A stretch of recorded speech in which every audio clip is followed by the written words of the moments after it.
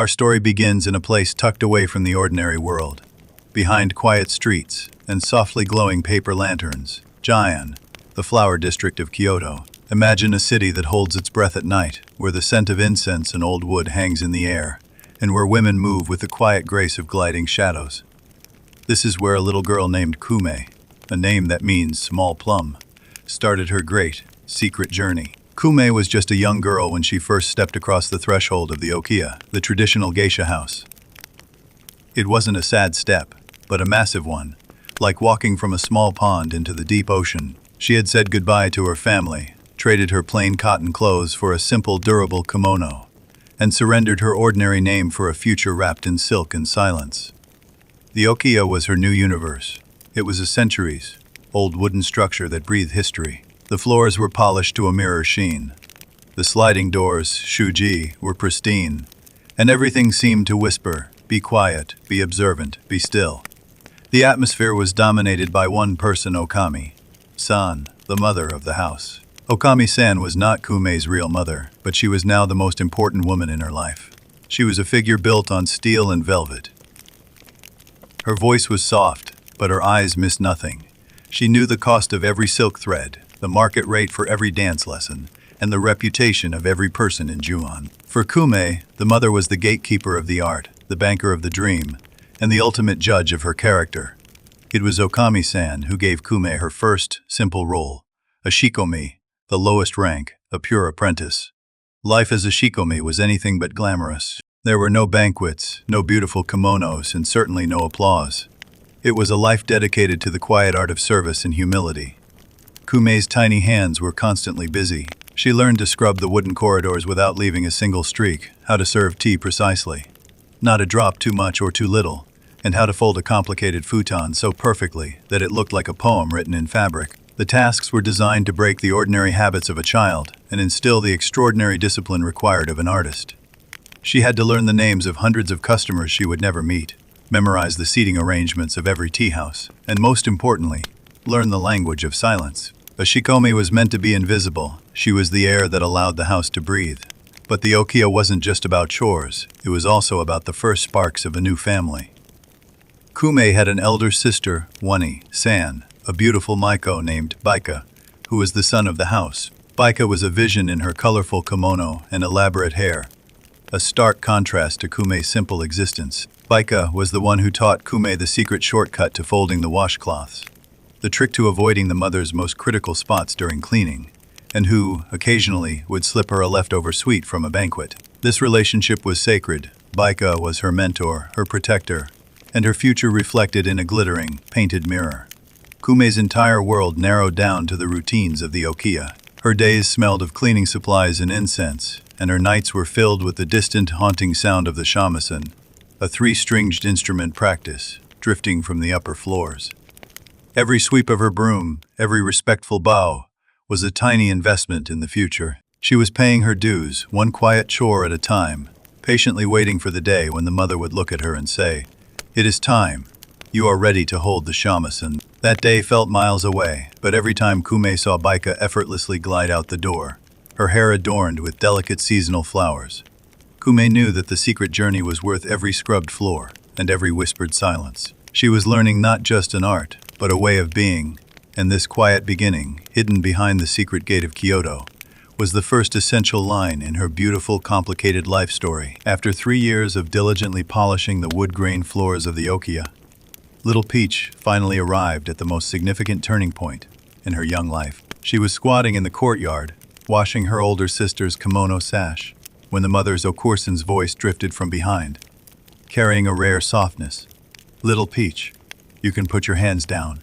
Starting tomorrow, you are no longer the errand-running shikomi." Little Peach jolted upright, nearly dropping the sash into the water. This meant she was about to receive her Hanamachi name and formally enter the Minarai, apprenticeship observation, period, stepping onto the geisha path. The next day, she received a new name, Kuma Little Plum, a name that carried the legacy of her older sister. The mother told her, "Remember, from today, you are Kume. This name is heavier than your old one, for it represents the honor and expectations of the flower and willow world." Having a new name felt like suddenly putting on an invisible coat, heavy but full of power. However, the new name brought not ease, but a much more rigorous training regimen. Kume had to go daily to the Kaburinjin dance hall to study Kiaimai, Kyoto dance under the esteemed dance teacher respected by all in the Hanamachi. Kormai is an art of subtlety, emphasizing expression without overt action, requiring one to convey surging emotion through the slight changes in their gaze, fingers, and the movement of a sleeve. For a girl who was used to being lively and active, this was torture. Imagine having to hold a fixed squatting pose, keeping your knees and back straight, your arms gracefully raised, like a willow tree swaying in the wind, while every muscle in your body screamed. The teacher was strict, and the sound of her measuring stick, tapping the wooden floor, was more nerve-wracking than any scolding. Kume often secretly rubbed her fingers in the corners of the okiya, sore and blistered from practicing the shamisen, or applied hot compresses to her aching calves from dancing. But with every ache, she felt one step closer to her elegant, older sister. Among all the preparations, the one she most anticipated and feared was putting on the Maiko attire for the first time. First, there was the sky-high hair bun. Their hair is real, not a wig, requiring copious amounts of hair oil to set and several hours for a specialized hairdresser to sculpt. To keep it pristine, Kume had to sleep on a hard, unforgiving wooden pillow, hakomakura. The first few nights were nightmares, her neck stiff, sleep impossible. But the mother insisted. A qualified Maiko must learn to control her body, maintaining dignity even in her sleep. Gradually, Kume learned to find balance on the wooden block, like a cat. Then came the snowy white makeup. This makeup was not just for appearance, but acted as a ritualistic mask. A paste made from warm water, and rice powder was applied layer by layer to her face, neck, and the nape of her neck. The exposed area on the nape, known as the Sando-sen 3 lines, is considered one of the most sensual and elegant parts of the Maiko. Finally, the lips were colored a vivid red, but a Maiko only colors half of her bottom lip. This symbolized her incomplete maturity, indicating she was still in the stage of learning. When Kume first saw the snowy white, elegant, and otherworldly reflection in the mirror, she barely recognized the girl staring back. Before her official debut, she had a brief Minari observation period. Kume would wear special attire and sit in the corner of the tea room, like a silent little shadow. She was forbidden to speak or perform. She could only use her eyes to observe how her older sister conversed with guests and how she commanded the atmosphere of the banquet. She was like a dry sponge, desperately absorbing the social arts of the Hanamachi. She learned how to smile with her eyes, how to express respect with a subtle bow, and when to silently refill a cup, and when to quietly exit the room. Finally, the day of her public debut, the Mice Dashi arrived. It was a grand, highly ritualized procession. Kume wore a magnificent black tomasode, formal kimono, and her hair ornaments were brand new, symbolizing blessings with the Gasho Guruma, court carriage design. She followed the mother and her older sister, visiting every house along the Hanamachi, bowing to the surrounding okiya and tea rooms. The moment she stepped out the okiya door, the curious stares of the neighbors, the flashing cameras, and the sound of her own clogs on the cobblestones, all combined into a mix of immense pressure and thrilling excitement. From this moment on, Kume was no longer Little Peach. She was an official Maiko, stepping onto the oldest and most beautiful artistic stage in Kyoto. She knew this was the true beginning of the challenge. After the long secret journey of training, there comes a night that changes everything. The Maiko apprentice steps onto the real stage of the Ochaya, tea house for the very first time.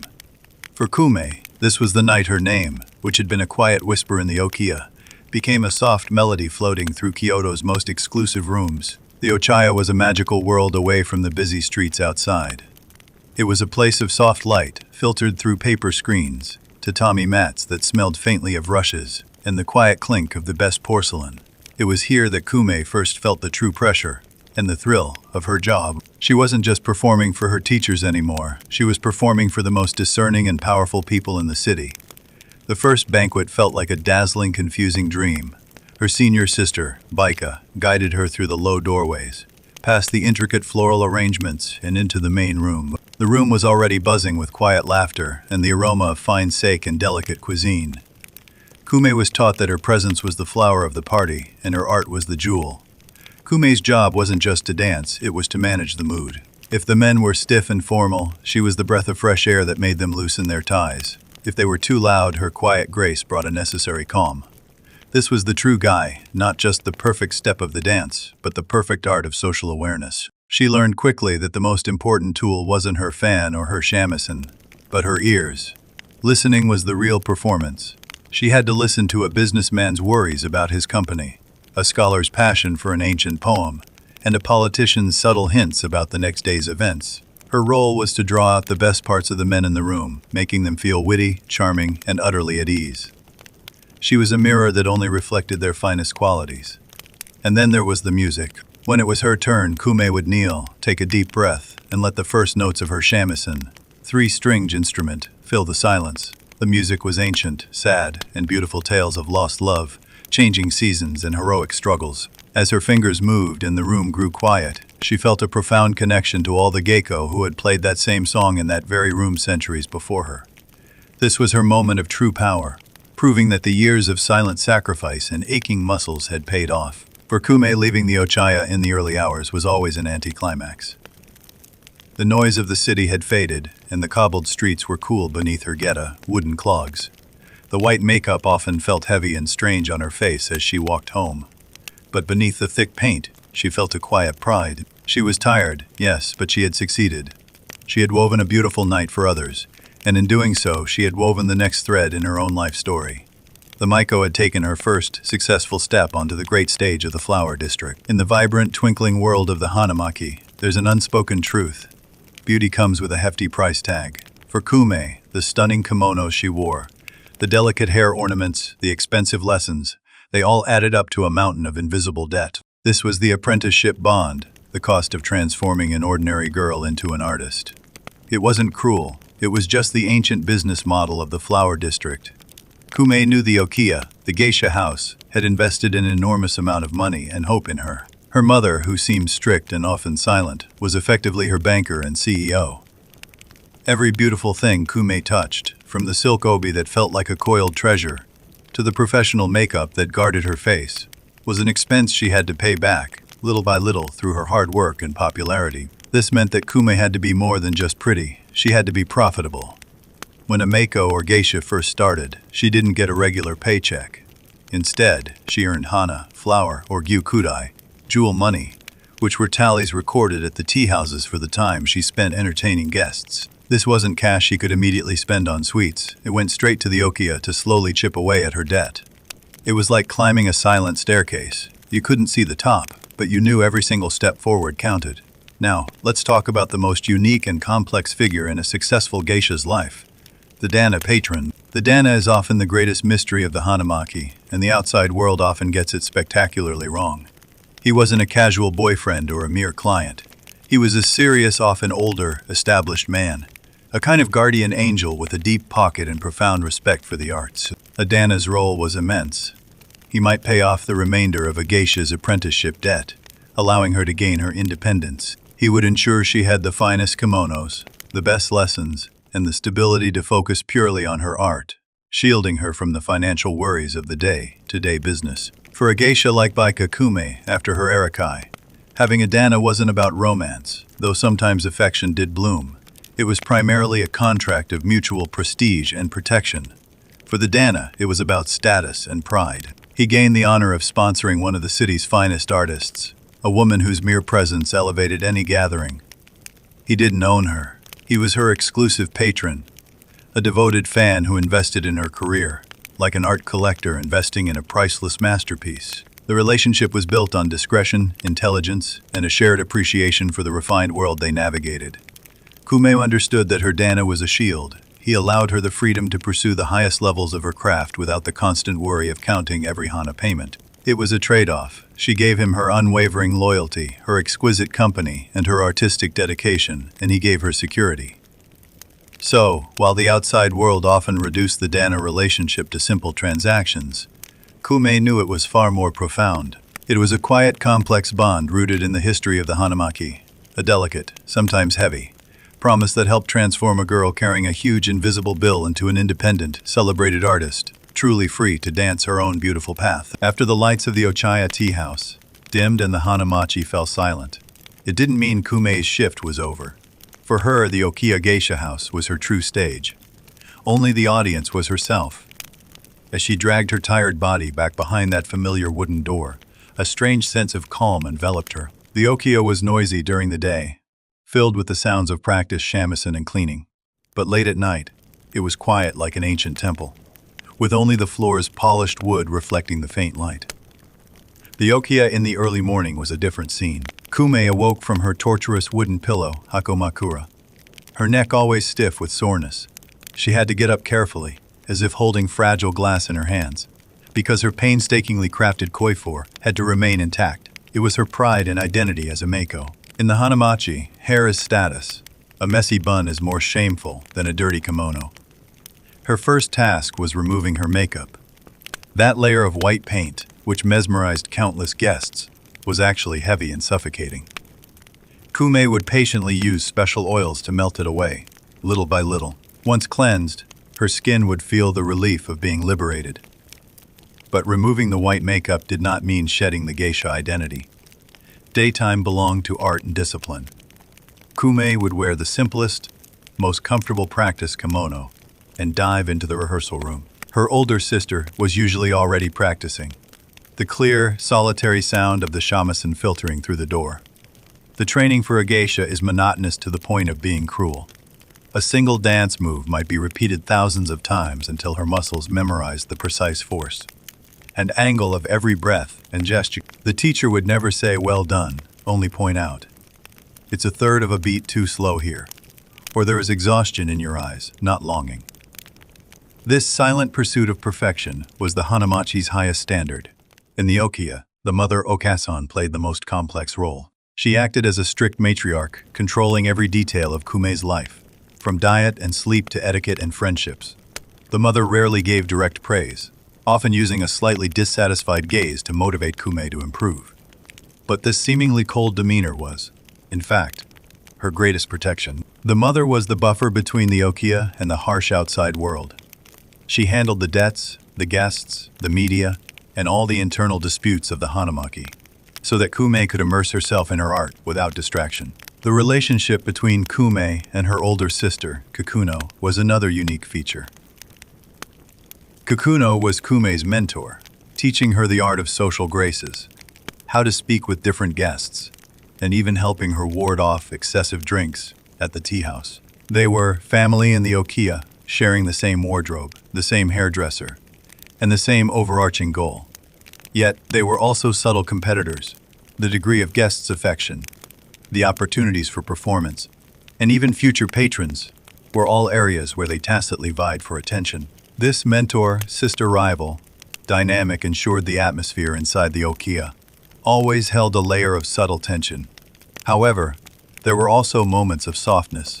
In the afternoon, Kumei would sit with her sister on the veranda, stitching small performance items or mending the folds of a kimono. They would chat about small snacks gifted by guests that day, or secretly complain about the stiffness of their hair buns. During these secret moments without guests, the geisha's mask would slightly loosen, and Kumei would reveal the genuine smile that belonged only to herself, carrying the innocence and dreams of a young girl. The Okiya was Kumei's training dojo. Every corner was permeated with tradition, discipline, and the spirit of art. It taught Kumei more than just dance and music. It taught her a philosophy of life, how to be self-disciplined, how to be elegant, and how to maintain inner peace under immense pressure. It was in these quiet hours behind closed doors, without an audience, that Kumei was truly polished from an ordinary girl into one of the Hanamachi's most radiant works of art. If you ask Kumei what was more precious than the most lavish kimono in the Hanamaki flower district, she would tell you without hesitation, it's the human connections and the secrets shared among sisters behind the beautiful sliding doors. Although the Hanamaki world looks like it is funded by men, in this realm, your elder sister, your friends, and your rivals might all share the same tatami mat for a lifetime. First and foremost is Kumei's most important guide, her ritual elder sister, Wani, San. This relationship is far more complex than just finding a senior student in school. A good one, San means you have a walking map of the Hanamachi, a private wardrobe consultant, and a guardian angel in the night. Kumei's sister would secretly slip her a sweet treat when the pain of having her hair styled almost brought her to tears. She would give Kumei an encouraging look during her first banquet. And most crucially, she would tell Kumei which guest jokes were unfunny but demanded feigned laughter, and which tea house's snacks were okay to sneak two of. This bond cannot be bought with money. It is forged through countless shared morning baths and countless whispered secrets late at night. Kumei knows that her sister's reputation is her own. They are vines intertwined. However, where there is sisterhood, there will naturally be beautiful warfare. In the Hanamachi, competition exists, but it must be executed with the elegance of a refined dish, graceful and leaving no trace.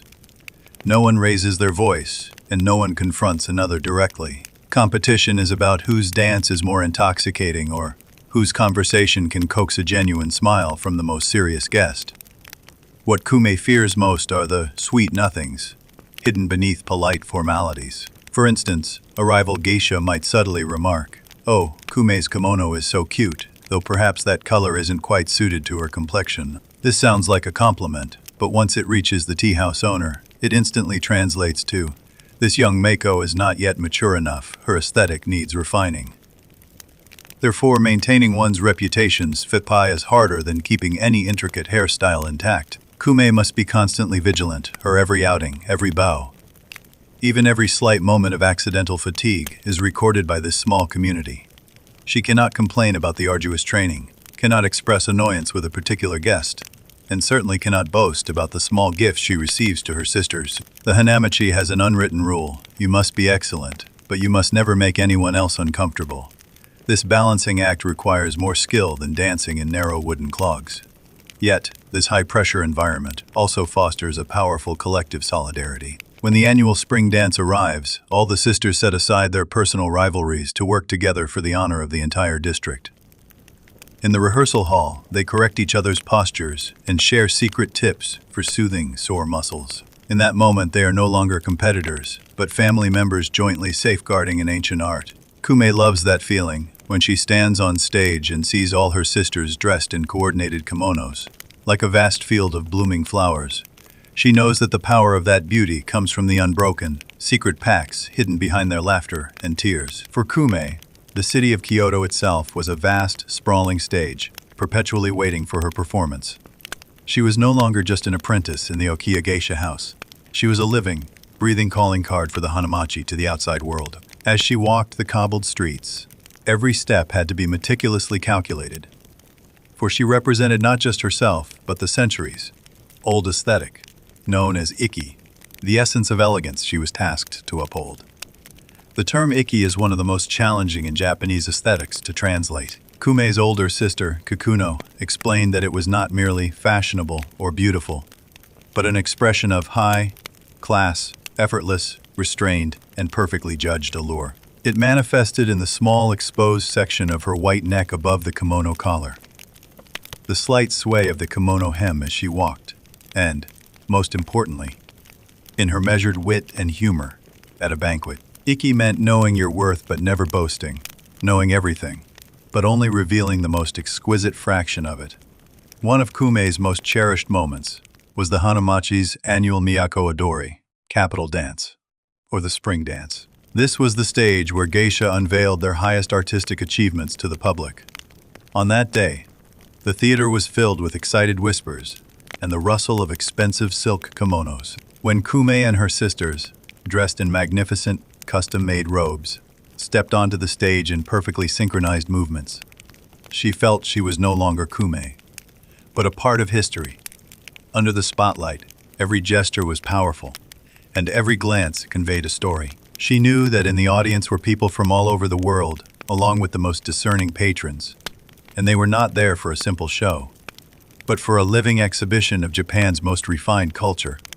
This public identity came with heavy responsibilities. Kumei had to maintain a flawless image at all times. When she was invited to attend important public rituals, such as praying at temples or participating in community events, she transcended being merely a dancer. She became a cultural spokesperson. This meant she had to understand the history of Kyoto, the shifts in seasons, and various intricate protocols better than anyone else. Her every action could be viewed as a benchmark for the Hanamachi. Yet, in these public settings, Kume also met many people consumed by curiosity. Tourists would photograph her from afar, their eyes filled with romantic fantasy. Cultural scholars might ask her questions, discussing the ancient origins of a certain dance step. Kume had to learn to interact with them gracefully, while maintaining a professional distance. She knew that media and public misconceptions about geisha ran deep, and her every positive, confident appearance was a strong counter-argument against those false narratives. Kume's public life was also an art of the seasons.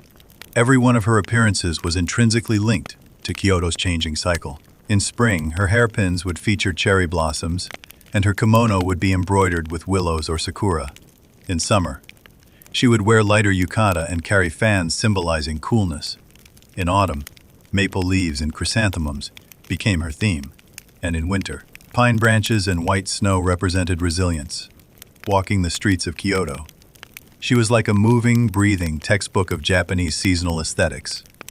For Kume, being the focal point of the Hanamachi, was a long and often solitary journey. She had to sacrifice much of her personal freedom and ordinary joys for the sake of that spotlight. But when she stood on the Miyako Odori stage and heard the thunderous applause from the audience, she knew it was all worth it. In that moment, what she displayed was not just a dance, but the immortal beauty she had spent her entire life perfecting, connecting ancient Kyoto with the modern world. This was her mission, and her proudest secret on this grand stage. Kume knew this day would eventually come, but when the mother, Okorsan, spoke those calm words, "It is time for the Arakai," over a morning cup of tea, her heart fluttered like a small, excited bird. For a Mako, the Arakai, changing the color, is a milestone more significant than any applause from the spring dance. It meant she was finally shedding the thick outer layer that symbolized her girlhood to embrace the pristine white collar representing maturity, polished skill, and wisdom, becoming a true geisha. A Maiko's attire is vibrant and outward-facing, brightly colored kimonos, long swinging sleeves, thick white makeup, and the signature red embroidered collar that beautifully framed her pale neck. That red symbolized youth, freshness, and room for growth. A true geisha, however, pursues a fundamentally different aesthetic, the beauty of wabi-sabi. Their kimonos use more subdued, reserved colors. Their sleeves return to a normal length, and most crucially, they exchange the red collar for a pure white one. This white is not blankness, it is negative space, yohaku, demanding the geisha use fewer elements to convey a deeper level of beauty. On the day of the Arakai, Kume felt as if she were attending a farewell ceremony for her younger self. She wore her iconic Maiko kimono for the last time. The heavy wooden pillow, hakomakura, was retired, and she was finally free to shed the heavy, time-consuming self-styled hair bun. The process was both painful and liberating. The hairdresser trimmed some of the ends and fitted her with a katsura wig. This was a monumental shift. The Maiko's hair is a symbol of youth, requiring frequent, elaborate styling. The geisha's wig represents professionalism and stability. Kume looked at her reflection. The face was still hers, but the aura had changed. She was no longer a little girl needing protection, but an alumna, an independent artist. After the change, her name was officially updated from Kume to Baika. The new name carried a sense of quiet, antique refinement. When she donned the pure white collar, it felt like she had been instantly granted a silent passport. Now guests' expectations shifted from perform a cute dance to discuss the philosophy of the tea ceremony, or play a more nuanced, deeply moving piece on the shamisen. The core of her identity moved from beauty to artistry. Gay. When Baika made her first appearance as a geisha at a tea house banquet, the atmosphere was distinctly different. She no longer had to rush to pour sake or actively enliven the mood like a Mako. Instead, she sat in the most respected position in the room, quietly waiting for guests to initiate conversation. Her conversation had to be more mature, her knowledge broader, allowing her to engage in deep discussions with any of the business magnates, politicians, or scholars present. Her humor had to be subtle, and her service understated. She earned greater respect by trying less hard. Baika understood that the Arakai was not an endpoint, but the true starting line of her artistic career. The Maiko is the flower, the geisha is the fruit. The Maiko's beauty is overt, the geisha's beauty must be felt with the heart. She now had to use the skills of a lifetime to prove she was worthy of that pure white collar. This new sense of responsibility felt heavier than any complicated hair bun. That night, returning alone to the Okiya as she took off her geisha kimono, She looked at the mature reflection in the mirror and gave a smile of quiet satisfaction. She knew that from this day forward, her life would have less of the noisy spirit of girlhood and more of the luminous calm of wisdom. She had finally grown up, becoming the true master artist who walks the ancient streets of Kyoto, telling her story through her mastery of art. Baika had grown up in the Hanamachi, learning to read the eyes of her guests and discern every subtle note of the shamisen. Yet she found that the hardest thing to read was the world outside the flower district. As Kyoto's ancient cobblestone alleys began to fill with foreign tourists wielding cameras and wearing jeans, a romanticized misconception about the geisha followed, like a thick, difficult-to-disperse cloud. The root of this misunderstanding often stemmed from Hollywood films and Western media reports. In these stories, the geisha was portrayed as mysterious, exotic, yet often tragically flawed. What pained Baika and her sisters the most was that their gay artistry, the decades of polished dance, music, and conversational skill, was often overlooked, with the focus instead fixated on their private lives and finances. They were reduced to a mere symbol, an easily labeled Oriental fantasy. Baika recalled an instance when she was surrounded by a group of foreign tourists on the street, who curiously pointed at her hair bun and white makeup. When she replied with polite Japanese, they seemed disappointed, as if the act of Baika opening her mouth had shattered their image of the silent, perfect Eastern beauty. It was then Baika realized that her battle was not against rivals, but against stereotypes. The challenges brought by modernity extended beyond just misconceptions. In post-war Japan, the economic structure shifted dramatically, and the influence of many traditional patron, Dana families waned. The new wealthy class often favored modern forms of entertainment over the traditional tea house. Geisha found they had to work harder to prove their worth, adapting to new social demands without losing their dignity. It was a tightrope walk, embracing change while upholding centuries of cultural boundaries. For survival, the Hanamachi made some gentle reforms. They began to occasionally allow tourist groups to view performances or hold more frequent, large-scale public dance performances, like the spring dance, allowing the public and tourists to experience geisha culture as pure art. Baika was also encouraged to learn some basic English to facilitate simple communication and cultural introductions with international guests. Baika felt both excited and a little apprehensive about this. She was thrilled that her art could be seen by a wider world, but worried that if the art became too mainstream, it might lose its rare and exclusive charm. The mother told her, "True art never depreciates. What we do is showcase the most refined, highest form of beauty through a small window to the world. The door remains narrow, but the light must shine out." In Baika's view, every performance in front of foreign guests was a silent cultural debate. She used precise dance steps, a calm smile, and graceful conduct to tell them, "We are artists. We are the living museum of Kyoto." Her duty was to break down prejudice and use her Gaia to bridge the vast gaps created by distance and misunderstanding. Late at night, as Baika removed her white makeup and looked at her tired but determined reflection in the mirror, she knew the life of a geisha was never easy. In the great tide of the era, they were small boats carrying precious cultural heritage, striving to sail toward the future. Their mission was to ensure that in every age, there remained a place where people could find and cherish this once-in-a-lifetime Ichigo, Aichi pure beauty. In the nightlife of Kyoto, when Baika gently opened her vermilion, painted lips to tell a perfectly timed joke in the tea house, her face always maintained that flawless professional smile. Her heart, much like a precious shamisen wrapped in fine silk, was never easily exposed. A geisha's profession demands that they transform their personal emotions into artistry, meaning that individual love and pain must become material for the stage rather than a weakness in life. For Baika, love was a luxury, more akin to a distant Kyoto garden. You could admire its beauty and ambiance from afar, but you could never casually step onto its grounds. The Hanamachi operated under unwritten rules. A geisha's mission was to please her guests, but this pleasure had to be primarily on a spiritual and artistic level. Once personal emotion was involved, the boundary blurred, which could be fatal to her career. However, geisha are human. Their hearts are not made of stone. Baika might occasionally feel a subtle appreciation, transcending friendship, for a guest who is truly talented and deeply appreciative of her art. It might be just a shared glance, a profound understanding of her dance, or an unspoken connection during a talk about classical literature. These small sparks, however, were usually rationally extinguished before dawn. She knew that true emotional attachment would only bring trouble. The only type of intimate relationship sanctioned by the Hanamaki is the one with the Dana patron.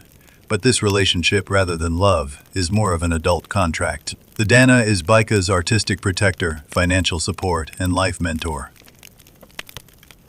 The emotions between them are complex. There is respect, gratitude, dependence, and perhaps a delicate affection. But the core remains protection and being protected. The Dana's presence allows Baika to pursue her art without distraction or worry about livelihood.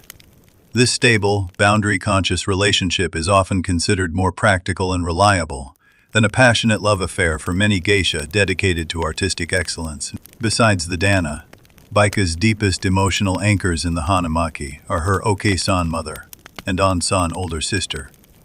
In the Okia, they constitute her surrogate family. The mother's strictness is underpinned by selfless love. She plans Baika's life, ensuring her safety and future.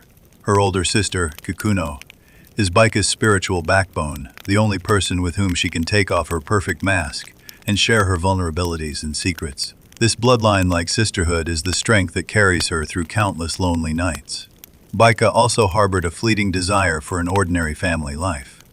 She occasionally saw young couples playing with their children on the street, and a pang of envy would strike her. But this thought was quickly suppressed. She knew her life's mission had already chosen her. She was devoted to beauty and art. Her children were her dances, and her family were her shamisen and her okia. As time passed, Baika's emotions became more restrained and refined. She learned to channel those unrealized affections and suppressed longings into the depth and flavor of her performance. Her smile held stories, and her gaze contained 1,000 words. She no longer needed language to express emotion. Her art was her most sincere heartbeat record. Every night, when she removed her white makeup, Baika would look at her reflection. Without the heavy paint, her face was pure and tired. Yet, her eyes were clear. She knew that though her heart was hidden beneath the mask, her emotions never vanished. They simply found a more elegant, more timeless way to exist, in every bow, every turn, and every pluck of the string. The Arakai collar-changing ceremony was over, but Baika's kume life did not become easier. Instead, the responsibility on her shoulders grew heavier. That pure white collar, gleaming under the tea house lights, silently declared she was no longer the Mako whose youthful charm could compensate for a lack of skill.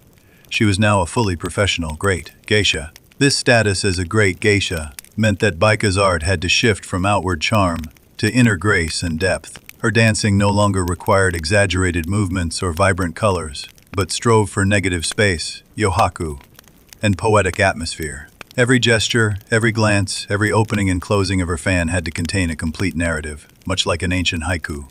Few words, but profound emotion. The training in shamisen and song also moved to a deeper level. Mako learned the cheerful, easy-to-grasp melodies used to enliven banquets. Baika now had to immerse herself in classical long songs about unrequited love, the sorrows of the fleeting world, and human vicissitudes. These pieces were slow and often melancholic, demanding not just superb fingering from the player, but also a seasoned heart.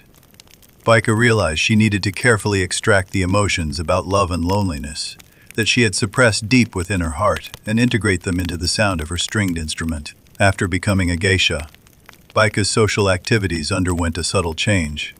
She was no longer the flower of the banquet, but the hostess. She needed to skillfully guide the guests' conversations, resolve awkward silences, and when necessary, play the role of a psychological counselor. Guests sought out geisha not only for the performances, but also for a confidante who could listen and understand the troubles in their hearts. This demanded that Baika be knowledgeable on a wide range of subjects. She had to keep up with the latest political news, business trends, and even Western philosophy. She had to make guests feel respected and understood without compromising her own opinions. Her mission was to create a perfect, relaxing space of forgetfulness. However, all these advancements in artistry and social wisdom ultimately converged into the highest aesthetic ideal, pursued by a geisha, iki. This is an elusive aesthetic philosophy encompassing subtlety, elegance, mature humor, and precise, well-placed sensuality. It is not blatant display, but rather like the wind sweeping over a lake, allowing you to feel its presence without grasping its physical form. Baika strived to embody the essence of iki in every choice of garment and every greeting. The mother watched Baika's increasingly composed steps with a proud smile. She knew that Baika was no longer the little Kume who needed protection. She was growing into an ancient cherry tree capable of standing tall in the Hanamachi storms. The pure white collar was no longer a weight on her shoulders, but a symbol of honor and wisdom that Baika had earned through her art and intelligence. Every appearance she made at the tea house was more than just a performance. It was a flawless interpretation of Japanese classical aesthetics. In the Hanamachi Flower District, Baika's Kume stage was not just the tea house floor, but the kimono itself, a garment weighing over 20 kilograms. This attire was her most expensive possession and her most formidable armor. To ordinary people, a kimono is just clothing, but to a geisha, it is a readable, silent newspaper filled with information about the season, taste, wealth, and even her mood that day. Baika loved touching her kimono in the quiet mornings. The cool, smooth feel of the silk reminded her of flowing water. Every kimono is a meticulously painted artwork that must faithfully reflect the current season. This is the highest etiquette of the Hanamachi. In spring, Baika would wear a kimono embroidered with newly blossomed cherry blossoms and tender willow branches, as if she wore all the spring beauty of Kyoto. In summer, she would switch to light, breathable linen embroidered with cool running water and irises. Autumn brought deep red maple leaves and golden rice sheaves, and winter, the stoic pine branches and pure white plum blossoms defying the snow. If you saw a geisha wearing a maple leaf pattern in March, it would be a social blunder, signaling a lack of sensitivity to the passage of time. The kimono's collar is her badge of identity. After the Erikai collar-changing ceremony, Baika officially became a geisha, abandoning the wide, colorful red collar of the Mako for a collar of pure white. This whiteness symbolizes her departure from youthful impetuousness and her entry into artistic maturity, like a clean sheet of rice paper waiting for her to write her life with exquisite skill. Even more striking are the geisha's hairstyles and ornaments. During her Mako period, Kume wore elaborate, fragile hair buns made of her natural hair, washed only twice a month, forcing her to sleep on a wooden block. That glossy bun was adorned with accessories called flower hairpins, hanakanzashi. These hairpins are the most charming secret of the Hanamachi. They change strictly according to the month. January brings pine, bamboo, and plum blossoms for the new year. April, wisteria, May, irises, August, morning glories. These small metal flowers act as a beautiful calendar, chronicling Kume's youth.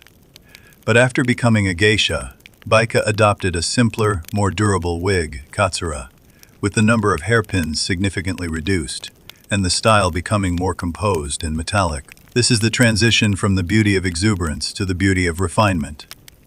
And of course, there is the famous white makeup. The white paste is applied like a thin layer of moonlight to Baika's face, neck, and doiti colletage. This white makeup is not meant to mimic any other skin tone, but to make the geisha's face glow under the dim candlelight, lifting her features out of the ordinary and turning her into an artistic mask. The most intriguing part of this makeup is the small, unpainted patch left on the back of the neck, known as the three prongs. Ariashi. This is one of the most subtly sensual spots in the Hanamachi, the only breathing space in the sea of white makeup, offering a form of elegant, forbidden allure. When dressing, Baika needed the help of the mother and her sister Kikuno, who layered the ropes, undergarments, and sashes as if meticulously wrapping a fine piece of art. When she finally tied the wide, intricate sash, obi, she knew she was no longer just herself. She had become Baika the geisha. This attire imbued her with strength, discipline, and a sense of mission. Carrying this weighty beauty and her secrets, she would slide open the Okiya door and step out into the Kyoto night awaiting her. In the Hanamachi Flower District where Baika Kume lived, time didn't flow the same way it did in the outside world. While ordinary people looked at a calendar, Baika looked at ritual. The Hanamachi's year was like an old hand-painted picture book, each month delicately rendered in ink, filled with solemn yet lovely private whispers. While the streets of Kyoto were still steeped in the New Year's chill, the geisha of the Flower District were already launching their reboot, the New Year's ceremony, Shiki. This wasn't a noisy party, it was a solemn family meeting. Imagine Baika, wearing her most formal and subdued black Kurotama-sewed kimono and tortoiseshell hair ornaments that gleamed like emeralds, listening in the cool morning air to the gentle yet firm admonitions from the mothers and association heads. Her heart was filled with new hope, like a blank piece of paper ready to be painted with a more beautiful version of herself in the coming year. But what truly made her feel warm was the immediately following New Year's greetings, Kodasome. This was more like a heartwarming journey back to her roots. Baika would carry a small, delicate willow basket containing carefully selected small gifts, walking to the homes and tea houses of the people most important to her.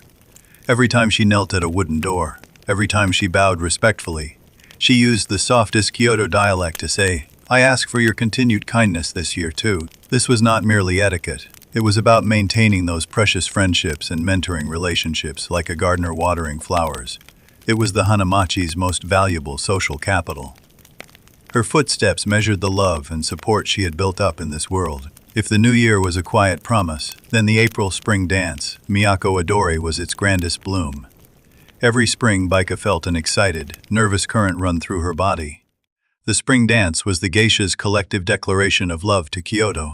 On the enormous theater stage, her every glance and every tremor of her fingertip had to be precisely conveyed to the audience members in the furthest rows. Rehearsal days were arduous. The Kiyomai teacher's eyes were brighter than any spotlight, instantly catching her in any moment of slackness. Baika had to dance in the rehearsal hall until her kimono was soaked with sweat. But when she and her sisters put on the custom-made costumes, 10 times more splendid than their daily kimonos, the feeling was unparalleled. She was no longer Baika. She became a symbol of art itself, dancing for a beauty that had been passed down for hundreds of years. Aside from these major events, the Hanamachi calendar was dotted with many small rituals marking the changing seasons, like secrets hidden in the lining of a kimono. The giant festival in July was boisterous, and the geisha would wear light yukata, maintaining a unique lotus-like grace amidst the festival fireworks and laughter. As the year drew to a close, it was time for year-end greetings, shiwasu, and Baika would run through the Hanamachi again, thanking everyone who had helped her throughout the year and making final preparations for the new year. These rituals, for Baika, were her gentle weapon against the passage of time. They wove her life into a regular and beautiful network, letting her know that no matter how rushed the outside world might be, the Hanamachi's time was always ancient, orderly, and full of meaning. She simply needed to follow this rhythm, moving forward elegantly, one step at a time. The deepest silence in nocturnal Kyoto often emanates from the noisiest Hanamachi. When the tea house lanterns are extinguished and the last notes of the shamisen fade into the morning mist, Baika's Kuma life, like a perfectly concluded stage performance, leaves behind not emptiness, but a long, warm resonance. In this life, she took the name of Geisha, embraced beauty as her mission, and lived a philosophy that is unforgettable. Looking back at her journey from Kume to Baika, we witness a process of ultimate self-creation. Geisha are not born, they are sculpted works of art. This sculpting began in childhood with an almost paranoid awareness of dust on the tatami and continued into adulthood with the precise control over every dance step, every glance, and even every fold of her kimono. Baika's career was a lifelong practice of the subtraction aesthetic. She had to subtract personal troubles, subtract excessive emotions, subtract coarse language, leaving only the most pure and elegant essence to entertain her guests. Her beauty was the crystallization of immense discipline and willpower. This aesthetic is also a profound philosophy of survival. In the competitive and uncertain world of the Hanamachi, geisha find their place by mastering the spirit of Iki, that understated, non-flashy, perfectly balanced elegance and slightly distant allure. Baika's value lay not in what she said, but in how she made others feel. She provided a perfect bubble of escape from daily triviality. In this bubble, businessmen could become scholars and tired souls could find solace. She was not a passive ornament, but the active creator and guardian of this magical sphere. When Baika finally chose to retire, Hiki Iwai, she was not withdrawing from life, but moving into the next act, armed with her artistic wisdom. She might become the Oki-san mother of an Okiya, using her lifelong knowledge to sculpt the next generation of Kums, or she might choose to return to a simple family life, weaving her grace and sensitivity for beauty into the daily rituals of making tea and arranging flowers. Regardless of her choice, her name, Baika, and every footstep she left in the flower district will become an immortal legend. Her story teaches us that beauty is not merely external, it is an internal order. The geisha's life is the integration of art into every waking moment. They are living fossils of classical Japanese beauty, elegant bridges connecting the past and the present. And now, the night is deep. The alleys of Kyoto are empty, save for the faint starlight and distant memories. As you close this book, please remember Baika, and remember the women who, beneath their white makeup, dedicated their lives to interpreting beauty. Their story is a gentle ode to perseverance, to art, and to how one can leave an everlasting brilliance in a fleeting life. Good night, and may you, too, live your life with your own unique art and elegance.